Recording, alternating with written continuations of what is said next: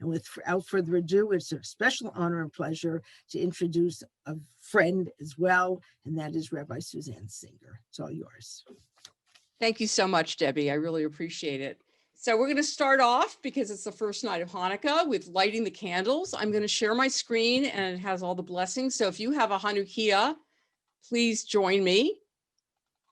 The first blessing, Baruch atah Adonai Eloheinu melech haolam asher kidshanu b'mitzvotav v'tzivanu lehadlik ner shel Hanukkah. Baruch atah Adonai Eloheinu melech haolam she'asa nisim la'avoteinu bayamim hahem bazman hazeh. And then for the first night, we add this blessing, Baruch atah Adonai Eloheinu melech haolam shehecheyanu v'kiyamanu v'higianu lahazman hazeh. We thank God for bringing us to this very, very special moment. So today, we're going to talk about Hanukkah miracles. And the first thing I would like to do, because I like to be this to be a interactive session, is ask you what, and this is the topic of tonight, what is the miracle of Hanukkah? So open it up to whoever would like to answer me. What's the miracle of Hanukkah? Debbie, did you raise your hand? Go ahead. Yes. The fact that what pure oil that was supposed to last for only one day and evening, lasted for 8. Okay, any other ideas? Yes, Joan? Unmute yourself. Okay. Well, I think everybody knows the Hanukkah, the Maccabean story, but I think that the greatest miracle is that we are all here, we're all well, and we're surviving what we're surviving for the last almost year. And I think that's all a miracle too. Well, those are 2 great answers. We are going to read a little bit about the Hanukkah story. So this is from the 2nd book of the Maccabees. And as you probably know, the books of the Maccabees do not appear in our Bible. They're in what's called the Apocrypha, which is an extra section that was that's included in the Catholic Bible, not in the Hebrew Bible.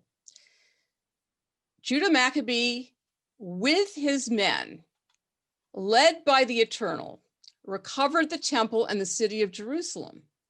He demolished the altars erected by the heathen in the public square and their sacred precincts as well. When they had purified the sanctuary, they constructed another altar.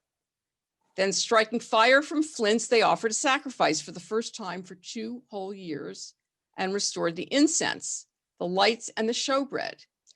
This done, they prostrated themselves and prayed to the Eternal, not to let them fall into more such disasters, but should they ever happen to sin, to discipline them with compassion and not hand them over to blasphemous and barbarous Gentiles.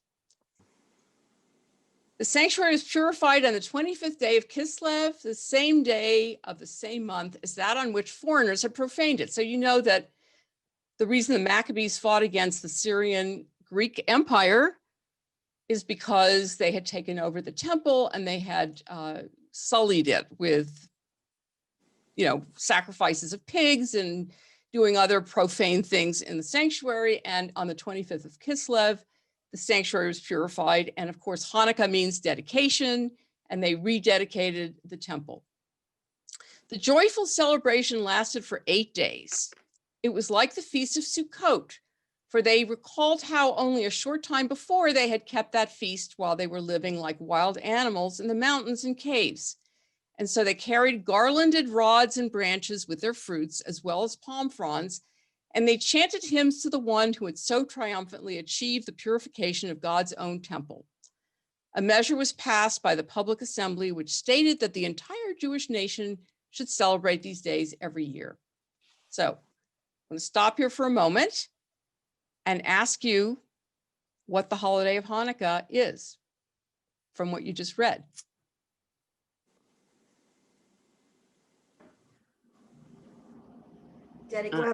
Yes, Vivian. It has to do with the rededication of the temple, doesn't it? Yes, it absolutely does. And the rededicating of it for the Jewish people and for their use. Right. Is there anything about oil in this story? No, there isn't. And it said 8 days they celebrated. Why is it 8 days? Because it was like Sukkot. Yes. Okay, so basically Sukkot is normally celebrated in October. And you know, you may know from the Bible that when there's 3 harvest festivals, right, in the Bible. And for each of those harvest festivals, the Bible says the men are supposed to go to Jerusalem and bring sacrifices. Sukkot is one of the 3 harvest festivals, and in October, the temple was not available for sacrifices, right? It was being profaned by the Greeks. So it wasn't until they were able to get the temple back in Kislev, which is around December, that they were able to go back and actually celebrate Sukkot. So Hanukkah is actually Sukkot in December. There is no mention here of any oil. The Maccabees defeated the Greeks and they celebrated Sukkot. So how do we get the story of the oil? All right, next slide. Try to turn this without, okay. This is, we were talking about 165 BCE. The Talmud was edited in about the year 500 CE, so several hundred years later. And here we have the rabbis trying to figure out what is Hanukkah? It happens to take place in a tractate called Shabbat.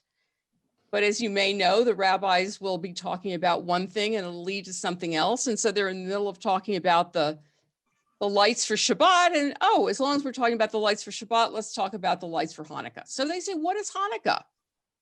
Our rabbis taught that on the 25th of Kislev commences the days of Hanukkah, which are 8, on which a lamentation for the dead and fasting is forbidden, because those are the rules for Sukkot, right? You're not allowed to fast. You're not allowed to fast or lament the dead. For when the Greeks entered the temple, they defiled all the oils within it. And when the Hasmonean dynasty prevailed against and defeated them, the Hasmoneans being the Maccabees, they made search and found only 1 cruse of oil still containing the seal of the high priest, which contained sufficient oil for 1 day's lighting only. Yet a miracle occurred, and they lit the lamp for 8 days. The following year, these days were appointed a festival with the recital of Hallel and Thanksgiving. Hallel being a number of psalms that we recite on the festivals. So the rabbis, all these hundreds of years later, bring in the story about these lights and the oil lasting for 8 days. So any idea what that might be about? Why are they changing the story?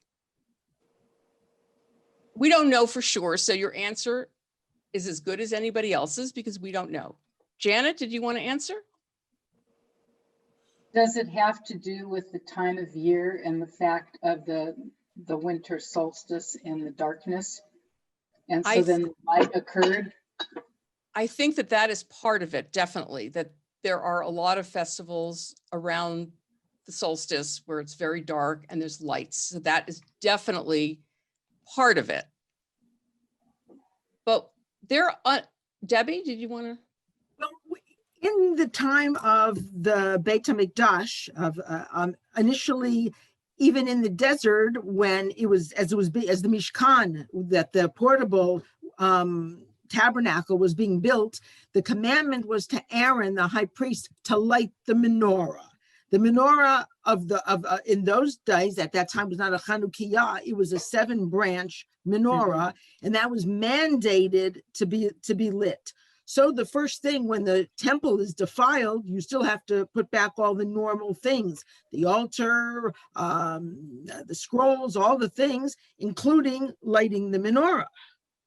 That is correct. They did need to light the menorah. It's the eternal light. But the original story in the Maccabees that was written at the time it happened doesn't mention anything about oil lasting for 8 days. So what are the rabbis doing here? What are they emphasizing and what are they de-emphasizing? Rabbi, Yes, Ezra. does it have something to do with the Romans as to whether to confront the Romans or not? I believe so. Again, this is all speculation. Nobody left notes to tell us why they were doing things. But the beginning of the Talmud, the Talmud was an oral tradition initially. Eventually, it was written down when there was a fear that because Romans were kicking the Jews out of Judea, that they were going to lose their tradition. So they eventually wrote things down. But the rabbis are living initially under the Roman Empire. And do they really want to emphasize a military victory against a huge empire when, if they emphasize it and encourage it, they might get slaughtered just the way, the Romans really slaughtered a lot of rabbis and anybody who rebelled against them. So we think that what they were doing is de-emphasizing the military end of things. And we're trying to emphasize God's miracle, make it more of a spiritual victory. So if that's true, again, we don't know for sure, and the oil story is a story that was brought in by the rabbis, it's not a real thing. I hate to say this in case anybody really thought this was really true. What happens to the story of Hanukkah? Does that mean that we don't have a Hanukkah? I don't know if you remember, many years ago, this has been quite a while ago now, a rabbi in LA, Rabbi David Walpe at Sinai Temple, said the Exodus didn't happen the way it says in the Bible. And a lot of people got very upset, Dennis Prager being one of them. Oh, if there's no Exodus, there's no Judaism. So what do we do with a story like this that isn't based on truth in a certain sense, or at least on facts, let's say? What does that do to our story? Latkes from Peru. I'm sorry, can someone, who's talking? I can't see. Okay, so we have a story about our founding father, George Washington, right? What's the story about George Washington? I'm sure. Cherry tree. Yeah. He chopped down the cherry tree and told his father because he couldn't tell a lie. Do you think that really happened? No. Why do we tell that story? Prove a point, to share a point. Right, we're sharing a truth. The truth is you shouldn't lie. And it is conveyed much more forcefully if you do it as a story than if you say, don't lie, right? Mm-hmm. And something can be true and not factual. So there is, I know that sounds crazy. It sounds contradictory. But what I want to explore now is what the miracle really might have been. Because it wasn't the oil that lasted for 8 days. Okay, again, this makes it very hard to teach it to children because you don't know whether you want to tell them the truth or keep them thinking about, things like tooth fairies and whatever else. So I'm going to share this again, and we're going to go to the next slide. Okay, here's an interesting dilemma. This is again in the Talmud, and there's always a dispute about how to do things. And in this case, it's Rabbi Hillel and Rabbi Shammai, who always disagree. So the rabbis taught the mitzvah of Hanukkah is one light for each person in each household. And those who enhance the mitzvah have one light for each night and for each person in their household.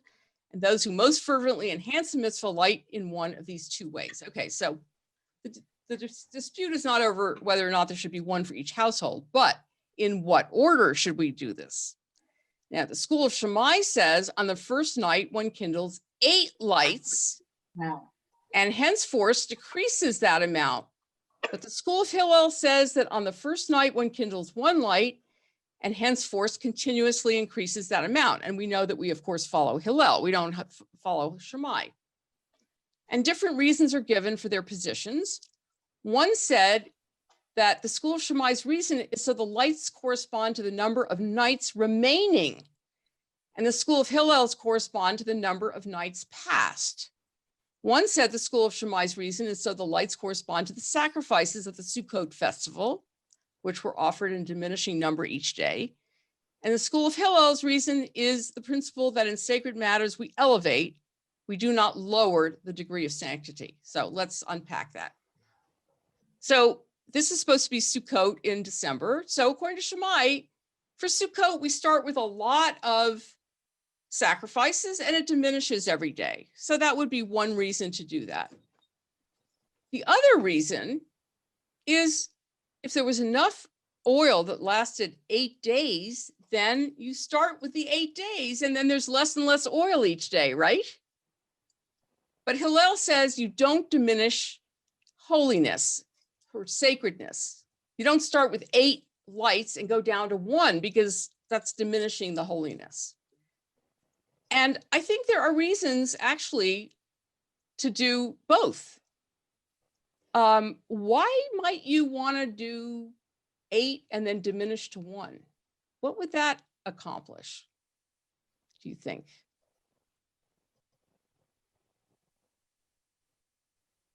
Anybody have any thoughts about that? Debbie. Well, there's something about building up for expectation. It's deflating to start off with a lot and then end up with only 1. You're deflating it as opposed to starting off with 1 and then expanding your wings outward and growing more. And we as Jews want to grow more. And we do follow Hillel, right? And we have Hillel on campuses. We don't have Shammai on campuses. So Hillel usually wins out in these arguments.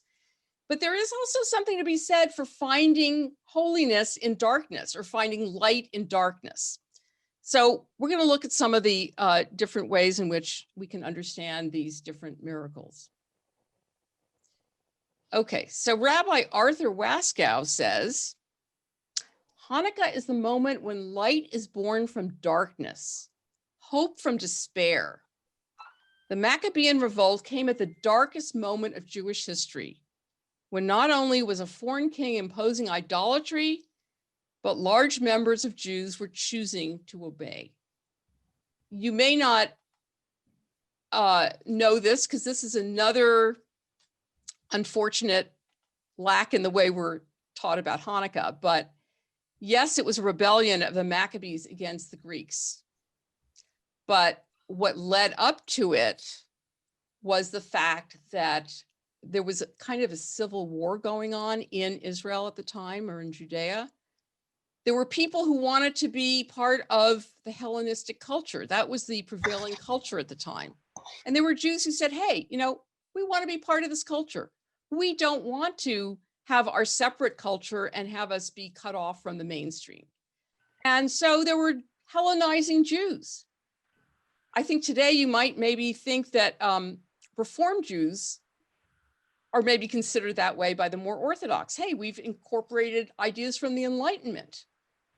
So in those days, they were incorporating ideas from the Greeks, and the purists didn't like that. And there were also some economic reasons and whatever, but it really started off as a civil war because Antiochus, who decreed that Judaism could not be practiced any longer, he didn't care whether we practiced Judaism or not. What he cared about was that there's a civil war going on in one of his provinces. And he did not like that because then, you know, things were chaotic and maybe his taxes weren't being paid properly or whatever.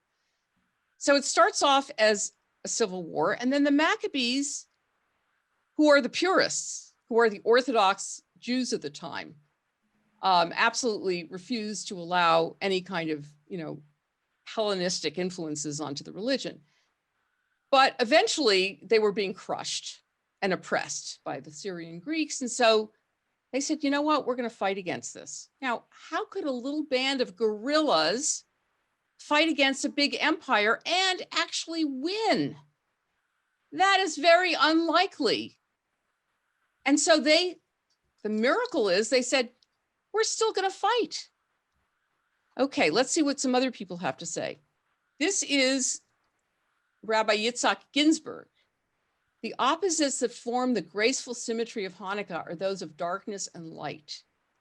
Just as light itself possesses the potential to blind one with its radiance, thus testifying to the source of darkness included within light, so too does darkness hold within it the potential for illumination, the power of the color black to shine.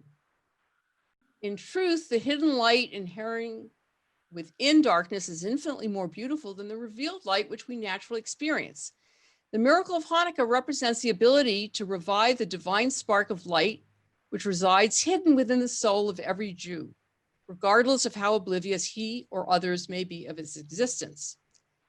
So that's what I was suggesting before about Shammai, is that even though the obvious light of Shammai, where you have the 8 lights being lit, and then the 7 and the 6 and the 5 and the 4, the obvious light is diminishing.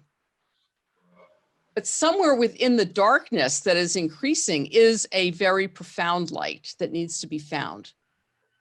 So Shammai's idea about starting with 8 and diminishing down to 1 is actually a profound understanding of how light works, of how divinity works, of how we all have these sparks of light within us. And sometimes we have to really search. It's not going to just be there staring you in the face. I like to talk about Moses, who, remember, Moses goes to the burning bush. And he notices that it's not being consumed while it's burning. And guess what? I'm sure a lot of other people walked past that bush and didn't even notice it. But Moses is on his path and he steps aside to look at this miracle. So we have to notice the miracles. We have to notice the blessings. And sometimes it's in the darkness that we notice them, not when it's staring us right in the face. So here's another idea. All right, so the miracle at the temple came at a moment of spiritual darkness when even military victory had proven useless because the temple could not be rededicated in the absence of the sacred oil. At the moment of utter darkness in Modi'in, Mattathias struck the spark of rebellion and fanned it into flame. At the moment of utter darkness at the temple, when it would have been rational to wait for more oil to be pressed and consecrated, the Jews ignored all reasonable reasons and lit the little oil they had. So now they're talking about this miracle that I said didn't exist. But I think we can think of this oil lasting for the 8 days, and they're not knowing that it would, figuratively, because that little bit of oil that lasted for 8 days is like the military victory against this empire. And they were willing to go ahead and go on faith that they could actually prevail against the Greeks. So here's Rabbi Laura Geller. The miracle wasn't that the oil lasted an additional 7 days, but rather that those ancestors lit the first wick at all, without being certain that the light would last long enough to complete the rededication of the temple. The miracle was that they took the chance, a risk, a leap of faith. They took the first step, even though they were not sure they had enough resources to succeed. What is the real miracle of Hanukkah? It is the miracle of human courage that empowers us to take risks for the future, even in our imperfect, uncertain world. It is the courage, even in the darkest of times, to create our own light. So again, I'd like to emphasize that the miracle of the oil itself is not a true fact, but it is a truth. The truth of saying, we only have a little, but we're going to go with this little bit and hope it lasts us long enough to do what we need to do. So the oil lasting for 8 days is basically a metaphor for that kind of faith and courage. And I'm sure you can think of a lot of other examples in your lives where that little bit was enough to take you through. You know, it could be a very personal story about loss. Maybe you lost someone in your life that meant a lot to you. You lost a job, you lost whatever, something really significant. And you think, there's no way I can get through this to the other side. But you get through it little by little by little. I remember one rabbi telling me, this is Nina Feinstein, whose husband is Ed Feinstein out in, here comes my dog to join us. Hi, Ollie. Nina Feinstein talked about the fact that her husband, Ed Feinstein, who's a senior rabbi at Valley Beth Shalom, had cancer. Then they had an earthquake up in Northridge, which is where they lived. How do you live through all of these really, really challenging circumstances? Little by little. She said she would take a People magazine and read 15 minutes of the People magazine just to feel like there was a normal life going on. And then she would increase how much time she would spend every day trying to be normal, trying to live a normal life. And that's how we get through things, little by little. Teeny bit of oil, it lasted more time than we thought. Teeny bit of faith, teeny bit of courage, and we can get through. So I'm going to go to the next piece. This is by Rabbi David Hartman. The miracle of the first day was expressed in the community's willingness to light a small cruse of oil without reasonable assurance that their efforts would be sufficient to complete the rededication of the temple. The miracle of Jewish spiritual survival throughout history may best be described by our people's strength to live without guarantees of success and to focus on how to begin a process without knowledge of how it would end. So somebody at the very beginning said that the miracle was that we're still here. And I think that's what David Hartman is trying to say in this quote, is that how is it that the Jewish people have survived all the persecutions we've been through throughout hundreds and hundreds of years? That's the miracle, okay, that Hanukkah kind of points to, that we are able to somehow survive despite efforts to wipe us out. And how many other cultures have disappeared? So I think that was a very good insight to say that that is the miracle. Before I go on, does anybody have any comments, questions? No? Okay. So now we're going to look at a different way of understanding miracles. And this is from Rabbi Harold Schulweis, who was the senior rabbi before Ed Feinstein, but unfortunately he's passed away. So he says, in many cultures, miracles signify strange, mysterious, unnatural events, like a man walking on water or flying in the air. But in the language of our tradition, the word for miracle is nes. It means sign, from whose root the term significance is derived. To witness the miraculous is to observe in an ordinary event extraordinary significance, an event so important that it cries to be raised up and celebrated. The victory in the 2nd century over the Greek-Syrian forces that sought to extinguish Jewish freedom is a nes, a signpost in our history that points to the direction of our lives. The world in which we live is real. The swords and spears and elephants of the Greek-Syrians were real, as were the strengths of the Maccabeans. Miracles are experienced through the capacity of human beings to turn the real into the ideal. Miracles create something out of something transcendent out of something ordinary. We cannot often create or alter the given, change the diseases, accidents, misfortunes dealt out to us.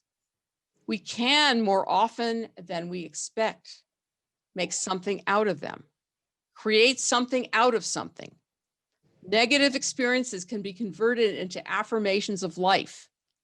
Adversity may be used to refine the human spirit, to bring forth courage and compassion never suspected. So what are some of the so-called miraculous things in our lives that are really not out of the ordinary, don't defy the laws of physics, but can be considered miracles? And I know you have examples.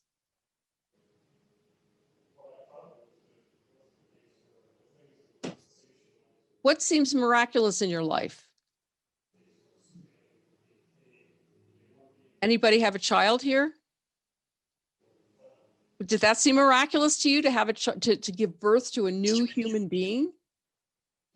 I mean, that's usually Judy Triber. Did you want to respond? Yeah, I have a daughter who has to work with patients in a hospital, and so far she's fine. That's a miracle. Mm-hmm.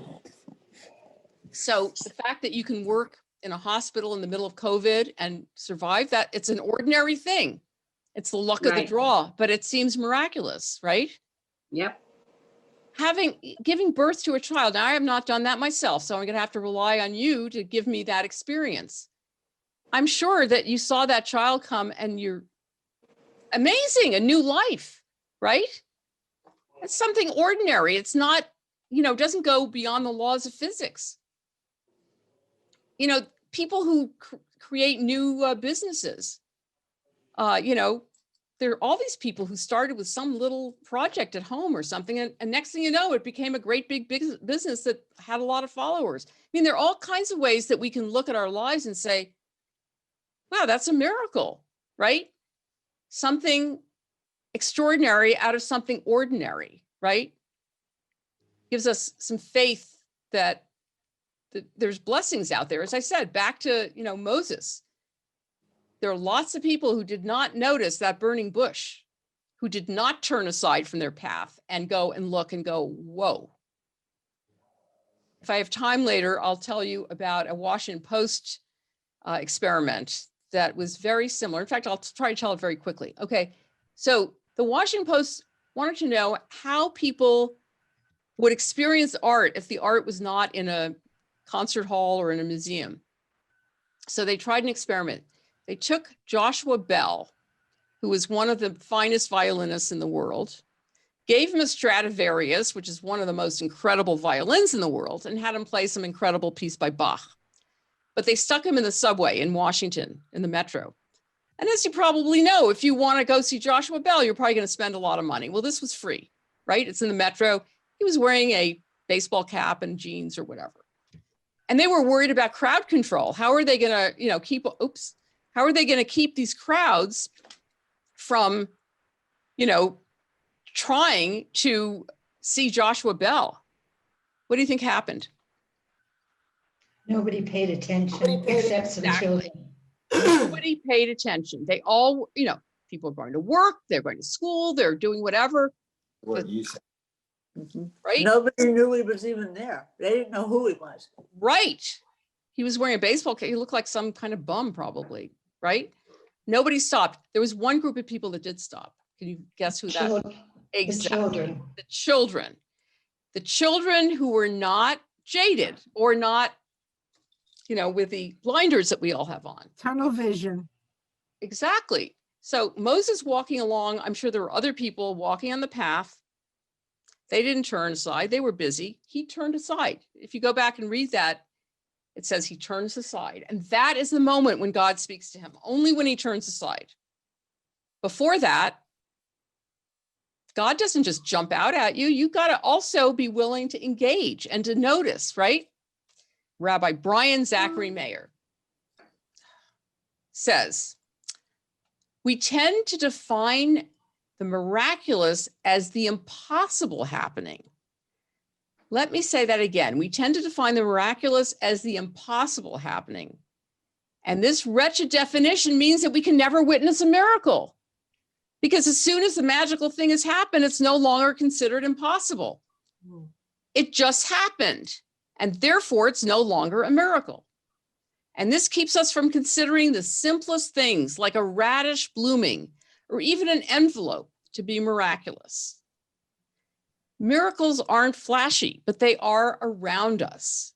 If we shift our definition of the miraculous from the impossible happening, we can witness many miracles. I suggest instead we consider the miraculous as witnessing both the ordinary and improbable with new eyes. Then miracles include all the small things for which we ought to have simple and profound gratitude. Those small things that we take for granted, right? We have nice houses to live in. We have families, we have friends, we have synagogues and Hadassah and all that. We take it for granted. Maybe we should look at it in a different way and think of it as miraculous. It doesn't have to be the impossible or the, defying the laws of physics. So I'm going back to David Hartman now, who says, belief in miracles is the basis of the hope model of Judaism. Again, not defining miracle as something that is completely impossible to happen. It's something that is possible, the hope model. Exodus becomes a call to revolutionary hope, regardless of the conditions of history. The act of protest against their environment can occur because the Jews possess a memory bank that structures what they think is possible. The Exodus becomes vital because it tells people that they are able to hope. The order that people observe in the cosmos is not irreversible. Tomorrow will not necessarily be like today. Belief in the doctrine of creation reinforces the belief in miracles. Creation means that the world that came about at a certain moment could be recreated in a new constellation if God so wills it. Spontaneity and surprise characterize divinity. Not everything is a recurring pattern. The Exodus provided the memory that made hope a very real possibility. Being is not inalterable. Radical surprise becomes an important feature. New possibilities are always present. History can change. So the idea of, now you have to understand, Rabbi David Hartman was an Orthodox rabbi, so he's going to attribute to God the miracles. However, the point is, if you believe in miracles, which is believing in hope, you believe that things can be possible, things can happen. So Exodus tells us, hey, you know what? You can be a bunch of slaves, and yet you can also get out of your slavery and come to a new place, a promised land. So it is very important that we believe in miracles in that sense. Now, I want to give you a little caution, which is, what is the danger of believing in miracles?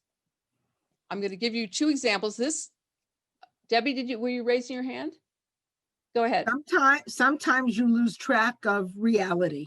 Yes. Now, this insight comes from Dr. Micha Goodman, who is a scholar at the Hartman Institute in Jerusalem. So he brings us two examples. One of the belief in miracles, which is Josiah, King Josiah, who reigned in the 7th century BCE. So King Josiah had the temple purified also, just like the Maccabees, because the Jews had gone off and worshiped other gods and had profaned their faith and their religion. And so he had the temple cleaned out, and the priest who cleaned it out found a scroll. Anybody know what scroll that was? It was the scroll of Deuteronomy. And when they found this, they wanted to make sure that this scroll was really a scroll of God. So they went to a prophetess named Huldah, somebody we barely ever hear about, but Huldah was a prophetess who authenticated the book of Deuteronomy. And she says, yes, indeed, this is a book of God.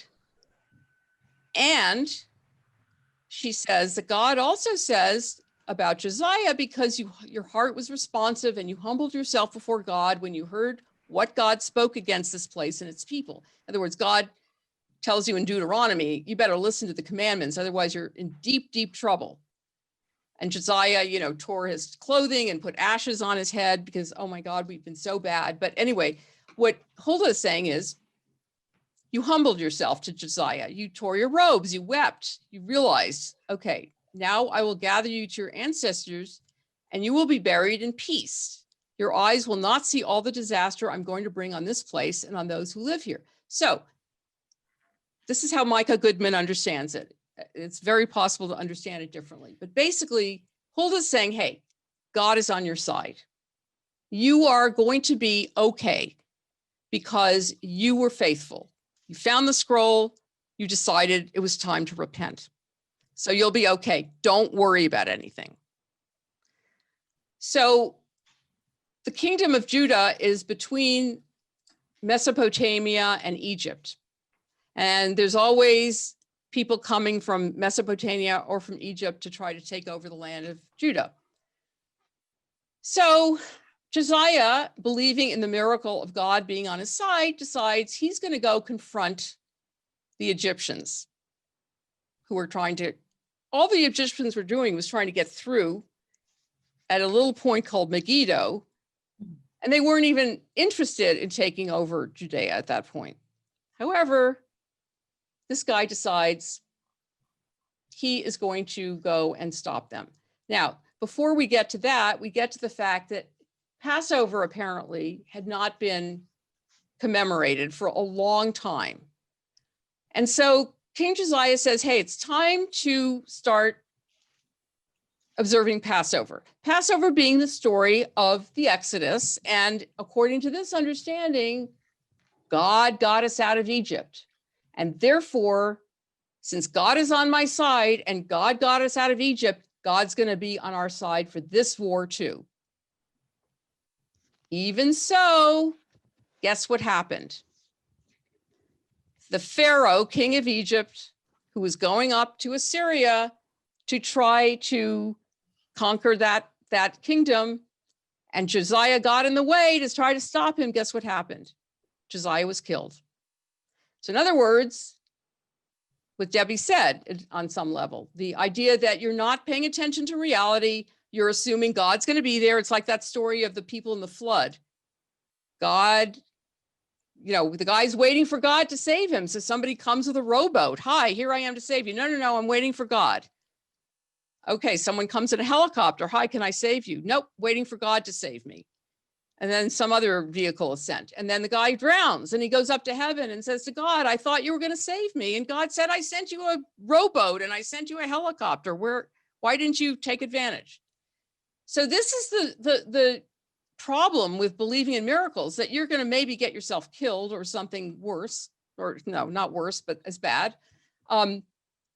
If you just believe that God's going to save you. Here's another way of understanding the book of Exodus and the miracles of Hanukkah. And this is in the book of Deuteronomy. It says the seventh day is going to be a Sabbath for Adonai your God, and you shall do no manner of work, etc., not your ox, your servants, or anybody else, right? Because you were a slave in the land of Egypt, okay? And God brought you out there, okay? That's theoretically the miracle. But it also says in Exodus, again, here are the ordinances. You're going to let your slave go out after 6 years, right? And then in Deuteronomy, if your brother, a Hebrew man or Hebrew woman, is sold to you, he'll only serve for 6 years. The 7th year, you let him go. And you will then set him free because you were a slave in the land of Egypt. So the other way to understand miracles or, you know, belief in miracles is not to rely on the miracle of God. It is God is empowering you to do what's right. Don't wait for God to do it. Go out there and help your slave or help the person who's been indentured to you. Let your animals and your cattle go free. I mean, you know, on Saturday, on Shabbat. So don't believe in the miracle of God and just sit there and wait. Take matters into your own hands. So now I'm going to end with a couple of brief comments, because Hanukkah was never an important holiday. until two things happened. One is Zionism and the other is Christmas. So Jewish kids didn't want to be left out of Christmas presents. And so, okay, you get presents on 8 days. But the Zionists decided that Hanukkah was a very important story. Why? It showed that we could take matters into our own hands. So here's how they understand Hanukkah, the Zionists. The Zionist revolution changed Hanukkah from a minor holiday on the Jewish calendar that emphasized the cleansing of the temple and the miracle of the oil.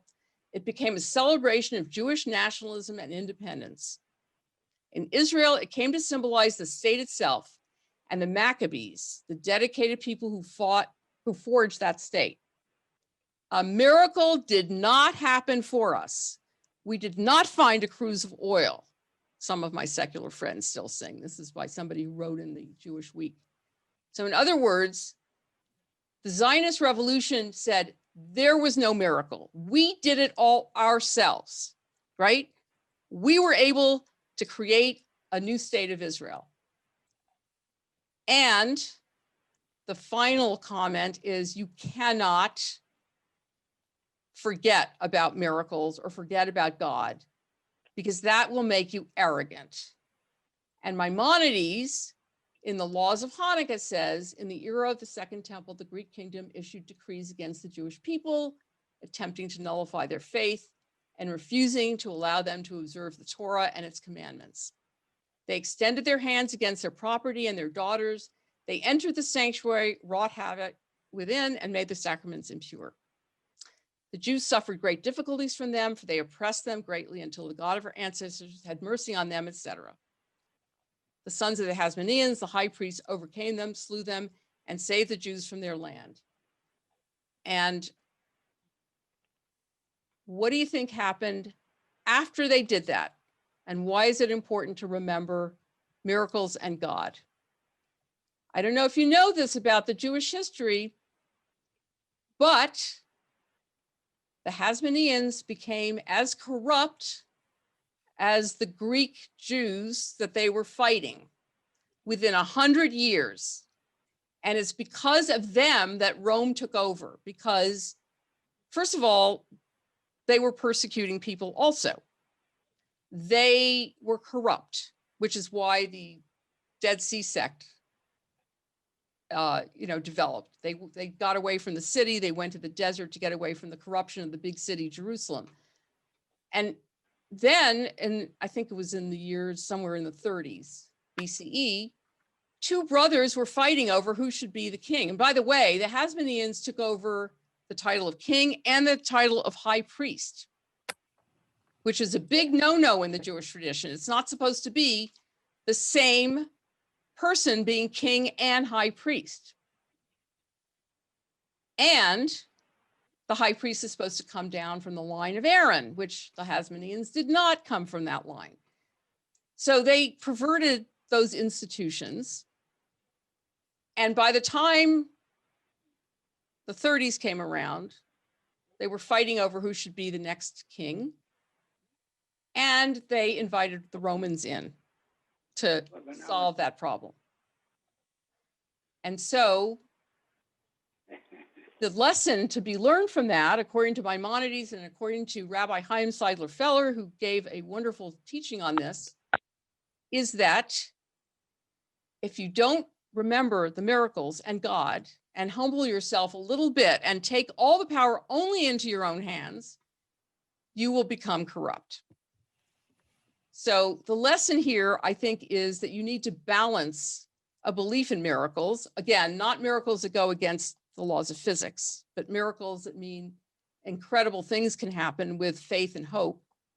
You have to balance your realpolitik with a belief in possibilities that come from a greater source than you, because otherwise you will become very chutzpahdik, and that is not a good thing. So I'd like everyone to try to remember that there are miracles in our lives. We just need to look for them. We need to remember that they're there. And we need to remember that whatever we are able to accomplish never happens completely on our own, that it's always thanks to some higher power. So thank you for allowing me to teach you this evening. thank you so very much for a very great, enlightening presentation. Just want to say that we have a special certificate, which we will be mailing to you. Thank you. Our certificate maker, Nita Wiesenthal, wonderfully created this. The artwork on this certificate is that from the artist Abacassis, and it's beautiful, and it reads, Rabbi Suzanne Singer, thank you for your Zoom presentation. What was the miracle of Hanukkah? We appreciate your time and wish you continued success. Sincerely, Sabra Hadassah of the Desert, Ronnie Spitalik, President, December 10, 2020. Thank you so much. And I don't know if people have any questions or, if there's time, I'm happy There's to time, answer and questions. people can just unmute yourselves and just Okay, raise your hand if you have anything that you want to ask the rabbi. I just want to say that as in other times when I've heard Suzanne speak, it makes me feel so proud. Oh, thank you. I love you. So Thank you so much.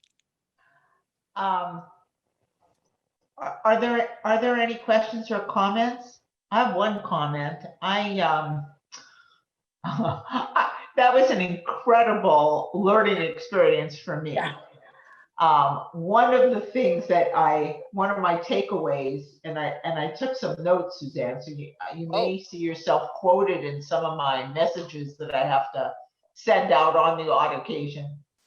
But I think one of the things that I took away, particularly now in this time period that we're in, is that one of the things that we have certainly learned is that in life there are no assurances, and there's a lot of ambiguity and change and a lot of unexpected. But the important thing for us is to notice the burning bushes and not walk by them. Thank you. That's exactly it. Right. That's that exactly we need to pay attention to those darn burning bushes, even if it means that you had a glass of wine. To notice. I do have a question. When I learned this, I was a little shocked that the miracle of the oil was not true. I know that sounds ridiculous, but I learned this when I was an adult. And I was like, it didn't last. Well, I learned it tonight. Yeah, me too. Okay, so, I think it was when I was in rabbinical school. It was like, what? So then the question is, how do you teach this to children? Mhm. We still tell kids that there's a tooth fairy, and, Christians tell kids there's Santa Claus. I suppose it's nice for kids to have a sense of the magical, but, then at some point you have to tell them you were not telling them the truth. I don't know. As I said, the truth of the miracle is that there was the ability to overcome these horrible circumstances. That is the miracle, Right. but it's not the literal miracle. Right. And that's the miracle of Hanukkah for every single person who I'm looking at right now, is that we have overcome one of the most horrendous years in our entire life. And we're here and we're listening to you and we're enjoying each other. And that is one of our own burning bushes, is the best I can say it. So thank you, Suzanne.